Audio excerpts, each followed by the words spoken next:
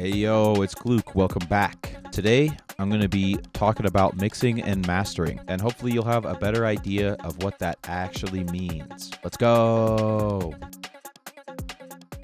Here we are in our trusty Ableton. Now, every time I ask on my Instagram what video I should do next, I get a lot of requests for mixing and mastering. I'll do more in-depth videos, but this one, I just want it to be sort of a summary. And the reason I've been holding off on this one is because there's about 1,000 different ways to get lost in the weeds with this topic. So first, let's break down what mixing and mastering actually is. Mixing is where we are making sure that all of the levels in our track are where they need to be. So we make sure that the drums aren't too loud, and we make sure that the kick and the bass relationship is good, and we make sure that our drop isn't overpowering our bass and everything sits together well. Mastering is anything we're doing to the master chain. I'll go more in depth with mixdowns, but I want this video to be a more broad overview of the audio tools and essentially how to get volume out of your track, because every time I get asked about mixing and mastering, it's usually because when people load their waveforms into a DJ software to start ripping their sick IDs, they get these tiny little wimpy waveforms, and that is because we haven't gotten the proper volume out of this track for it to be finished yet. What does that actually mean? Well, I like to use something called a LUFS meter.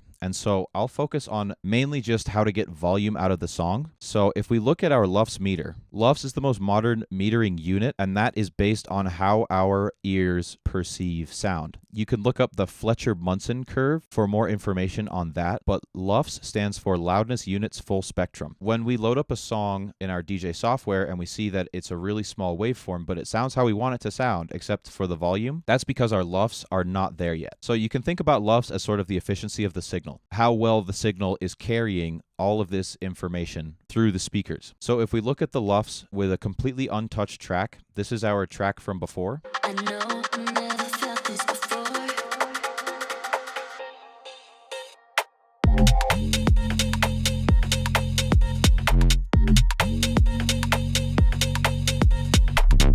We can see that our LUFS reading is at -14. Now, that's pretty quiet. Usually when you're using a LUFS meter, and this one is free, I'll leave a link below so that you can pick this up. When we're reading this LUFS meter, we want to read the short term because this is the instantaneous LUFS reading. Our integrated is going to tell us over the whole window of sound what our average reading is. Our loudness range is going to tell us the range between the quietest and loudest part of the recording. Don't worry about these last two. These aren't very important. Same with momentary max. The only other one we want to keep an eye on is true peak max. When we're looking to get volume out of the song in our master, the best way to think about this, and this is sort of how I've approached mastering, is that speakers will act most consistent regardless of make and model when they're clipping. We essentially want to clip our song so that we get maximum efficiency out of the speaker, and therefore we'll be able to get a really consistent sound across a variety of systems. And so if we get our LUFS to where they need to be, we have ensured that our song is at the correct loudness, and we'll be able to play it pretty much anywhere and it'll sound relatively the same. Now, there's obvious caveats to that rule, but the specifics are extremely niche. By and large, this will be enough if you're just getting your songs to mix. You're not like ready to put them out yet. This is my master chain. In Ableton, the signal flow on the effects down here goes from left to right. So first, it's a glue compressor, and this will help glue the sounds together as the name implies. Next, we have an EQ8, so I can either add a little bit of high end or take out some harsh frequencies. Next, we have our saturator. It will help drive more harmonics into the track. So if the track is sounding a bit empty, we can crunch it up a little bit. And then finally we have our limiter, and this will get a little bit more volume out of it and just tame those peaks so that we can really get full volume. I'll go ahead and load up another one and start from scratch. So first in our list is a compressor. You've probably heard that a compressor just turns things down, which is true. The way that we use a compressor is we set a threshold so that it begins to duck the signal. Once it surpasses this level, this meter will tell us the gain reduction or how much it's turning the signal down. We want to pay attention to this because however much it's turning it down, we'll need to make up with this makeup knob. So if we use the loudest part of our song to get this glue compressor dialed in, that's going to be best for us because the quieter parts are going to be relatively unaffected because they're not at that threshold. So I'll go ahead and use the first drop to dial this in.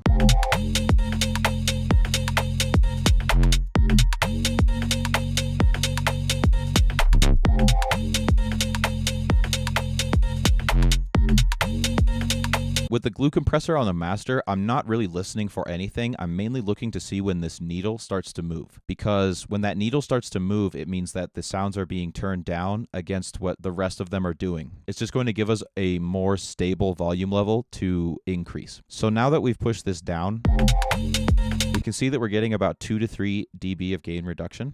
So I'll go ahead and add that back. So without that, this is what it sounds like.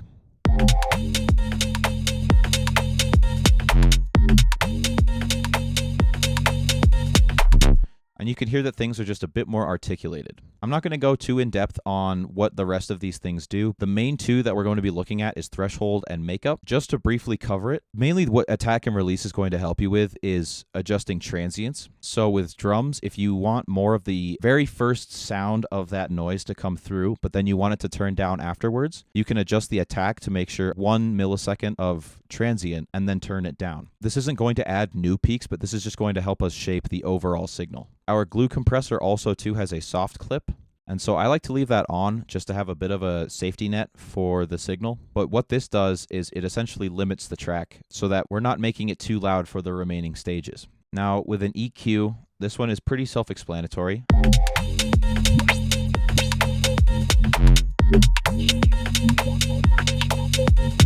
This one is going to help us more in the mixdown than it is on the master, but it's still useful in the master because when you master your track and say there's not enough highs, sometimes a simple fix can just be putting a shelf here and boosting the highs like that. Probably not to 6 dB, but I just want you to see what the curve is actually doing.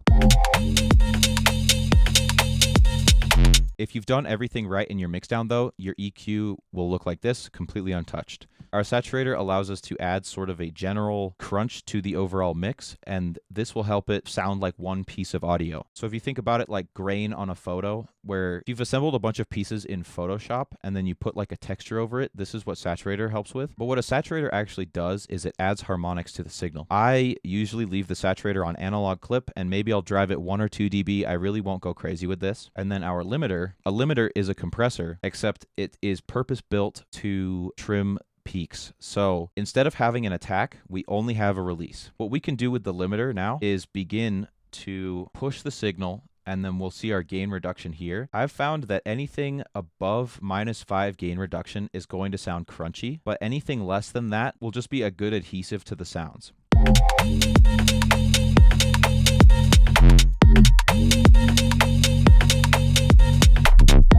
So now that we've done a super lazy master on this, let's go ahead and pull up our LUFS meter again and see what readings we get.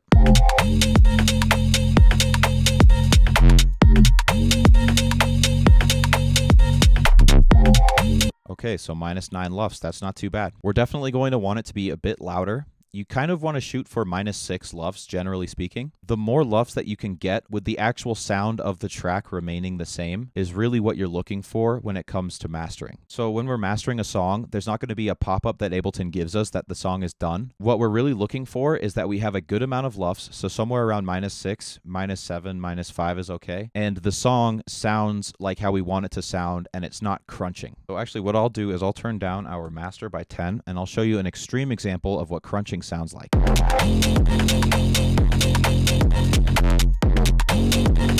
So there is definitely a market for this kind of music, and we can see here -1.5 LUFS. This is pretty loud, and this is going to sound very loud no matter what system we play it on. If we look at our true peak, we're at 1.8. Don't worry too much about what this means. What we're looking for here is anywhere from 0 to about 2 is generally going to be okay. You can definitely hear the crunch that I was talking about, and obviously I'm pushing it way too hard so that we can't actually hear the crunch. But the higher the LUFS, the better. As long as you're not crunching your sounds, that's what's most important here. So that's pretty much everything that we need to know about mastering. We want everything in the actual project to be able to fit together, and the master is only going to give us volume. It's not going to fix our song or magically make our transitions appear or make our sounds good. We need to take care of that before we do the master. So now that we're we're aware of what the master is doing, what we're going to need to do is assess all of the groups that we have, and this is why project organization is really important. The way that our groups are set up, these are essentially going to be the main ingredients that we're putting into our master, and we need to make sure that these are all leveled properly. Now, a general rule of thumb when it comes to mixing, quieter is better because it's really easy to get stuff loud. It's hard to tame clipping if those things are already loud. So if you're just looking to boost the volume of your tracks so that you can DJ with them, that's pretty much how you do it. When it comes to actually finishing the song, you're going to want to essentially do this process for each of our groups, and that's why the mixdown is so important. With my groups, I like to have a drop group, and the drop group is going to be everything that is over the bass that isn't actually like bass.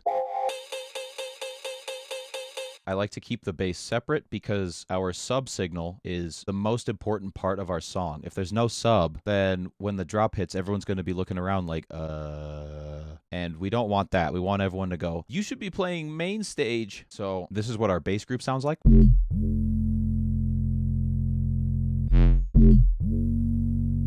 And I like to keep all of the drums in a group, so that way when we go to compress them all, they will sound like one section of drums as opposed to a bunch of different tracks of drums. And you can see here that I've already done a bit of glue compression on these drums and drummer. This is my own drum bus preset that I've saved to help save some time. To save presets, you'll click this little floppy disk in the top right. But without this on the drum group, we can hear that the drums sound a bit weaker and generally more quiet and worse.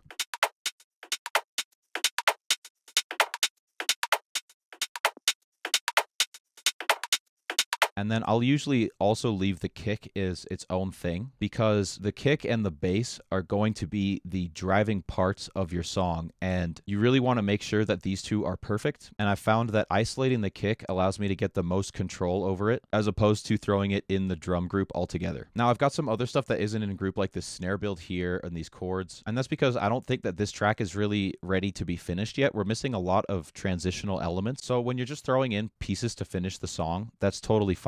As long as you get the volume right. You know, I would say that this one is like pretty much stage ready because when we hit the pre-drop, you could just get on the mic and go, 3, 2, 1, bounce or whatever. But you're going to want to take care of all of the groups and make sure that they all sound good and are filling their area of the mix. The main things to look out for when you're getting more volume out of your track is if your sound design is weak, the master is not going to fix that. You actually do need to fix the sound design and make sure that you have completed all of the ideas before a track is really finished and ready for release. So that's about all I want to cover in this video for now. I'm going to do a more in-depth mixdown tutorial in one of the next videos. So I hope that this video has at least given you some helpful advice on how to get started with mastering and been able to clarify some of the mysteries surrounding mixing and mastering. Be sure to like and subscribe, bro. Be sure to hit the bell so you know when I post new videos, and I'll see you in the next one.